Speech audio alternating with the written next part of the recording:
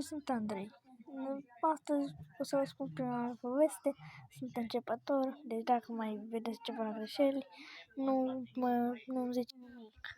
Mă scuzați, am făcut o mică greșeală, dar da, acesta este canalul meu.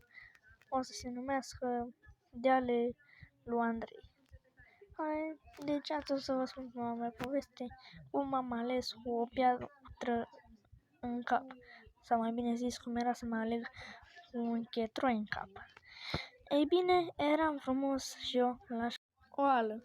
Îmi pare rău dacă s-a auzit ciudat sau întrerupt, dar cum v-am spus, sunt începător.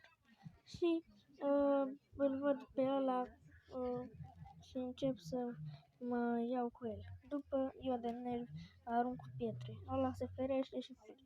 Dar eu iau frumos un dita chetroiul și arunc după el. Ăla se ferește și de nervi mă înjură și începe și el să arunce și aruncă și el cu pietrul al mare, mai bine zis.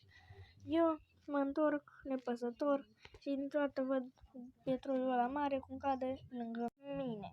Și eu după de nervi mă uit la el și îi arăt semnul păcii.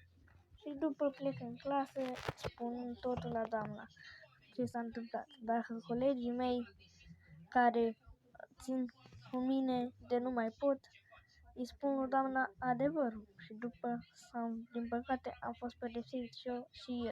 Morala, aveți grijă cu cine vă luați la bătaie și ce colegi aveți.